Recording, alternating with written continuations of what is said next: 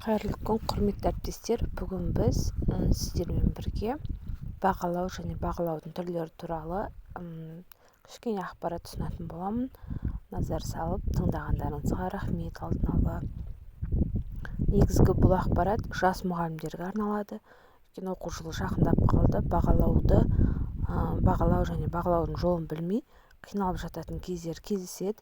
Соған кішкене көмек ретінде, әдіс ретінде, бағыт-бағдар ретінде осы қысқаша келген видеоны түсіріп отырмын. Бағалау бұл баланың еңбегін, сабақтың өн бойын бағалау болып табылады. Алдарыңызда тұрған бірінші нұсқа бұл баланың өзін-өзі бағалау үшін беріледі. Мұнда Google форматында жасалған, назар аударсаңыз, үй тапсырмасы, бірінші тапсырма, сіз сабақтың өн бойына неше тапсырма дайындап келдіңіз, соған байланысты бала жаңағы әрбір тапсырмаға өзінің бағасын қойып отырады. Үй тапсырмасына 1 мен 2 бала аралығында қойылады. Одан кейінгі жалпы сынып бойынша өтетін тапсырмаларға бала өзін-өзі бағалау ретінде, мысалы, мен мынандай сұраққа жауап бердім, мен 2 бала алуым мүмкін, әлде 3 балға лайықпын ба деп өзіне-өзі баға қояды. Сабақтың соңында жалпы балл саны шығады және мұғалімнің өзі ұсынатын балл қойылу керек. Мұнда кейбір сұрақтың жауаптарына көңіліңіз толмай балдан алуыңыз мүмкін, әлде баланың ынтасын бағалап балдың үстіне қосып беруіңіз мүмкін. Сабақтың өн бойына берілетін 10 балды барлық тапсырмаларға шашып, сіз жалпы 10 балдық шкала бойынша бағалауыңыз керек оқушыларды. Сонымен үй тапсырмасына 2 балл, қалған берілген 8 балды сабақтың өн бойындағы басқа тапсырмаларға орналастыратын боласыз. Және де келесі бір бағалау түрі бұл смайлик арқылы бағалау. Бұны сіз негізі мектепалды даярлық және 1-ші сынып мұғалімдеріне өте жақсы келеді. Өйткені ол кезде балл бойынша бағаланбайды, тек қана мадақтау, қолпаштау ретінде берілетін болғандықтан бағалау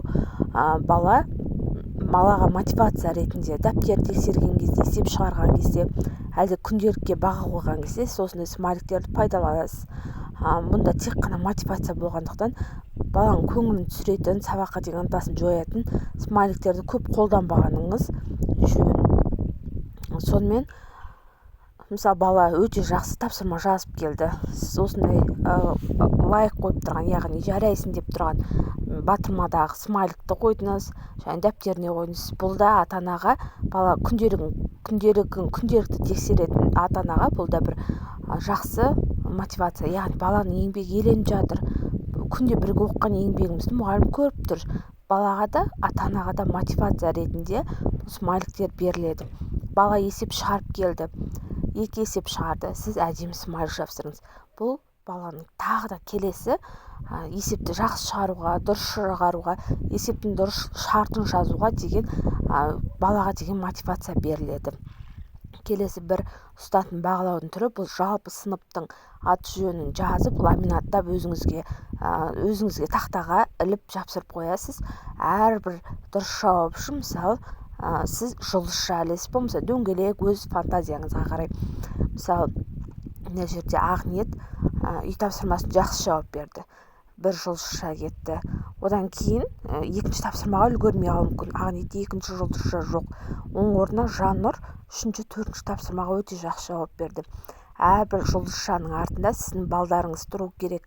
Өйткені сабақтың соңында сіз балды өзіңіз есептейсіз, тез есептеп отырып, баланың сабақ бойғы ынтасына, өзін-өзі ұстауына және берген жауабына қарай сіз өзіңіз баға қойып отыратын боласыз. Бұның бір ыңғайлылығы, сіз барлық сабағыңызға қолдана аласыз. Ламинатталғаннан кейін жаңа балдарды өшіріп тастау арқылы өз еркіңізбен балл қоюыңызға болады. Магниттелген болса тіпті жақсы тақтаға жапсырып қоясыз. Күнделікті сабақта күнде қолданып отырасыз. Балаға да анық көрініп тұрады. Өзінің қандай уақытта, қай бағаға жұмыс істеп келе жатқанын бұл балаға да қамшылау болады. Мысалы, қалып келе жатыр ма? Кішкене жылдамдықты қосу керек. Жылдамдықты қосу арқылы бала жаңағы өзінің қатарластарынан қалмауға тырысады. Барынша сабақтың өн бойында 5 жұлдыз болса 5 жұлдыз алуға тырысады. Және былтырғы оқу жылында хит болған транспортир әдісі бағалау. Мына транспортирдің тілшесін сіз әрбір алған балын апарып тұрасыз. Мысалы 1 балл болса 1-ге, 2 балл болса 2. Жалпы бағалау шкаласы бойынша сабақтың соңында жаңағы 10-ға, әлде 7-ге, әлде 8-ге бару керек. Мұнда 9 пен 10, 5, 7 мен 8, 4, 5 пен 6, 3, мінекей одан кейінгісі төмен баға болып саналады. Ал жас ұстаздар, сіздерге жаңа оқу жылына сәттілік тілеймін. Сабақтарыңыз ойдан шығатындай, өзіңіздің оқушылар сіздің сабағыңызды қызығып тыңдап асығатындай жақсы керемет ұстаз болуларыңызға шын жүректен тілектеспін. Менің арнама жазылыңыздар.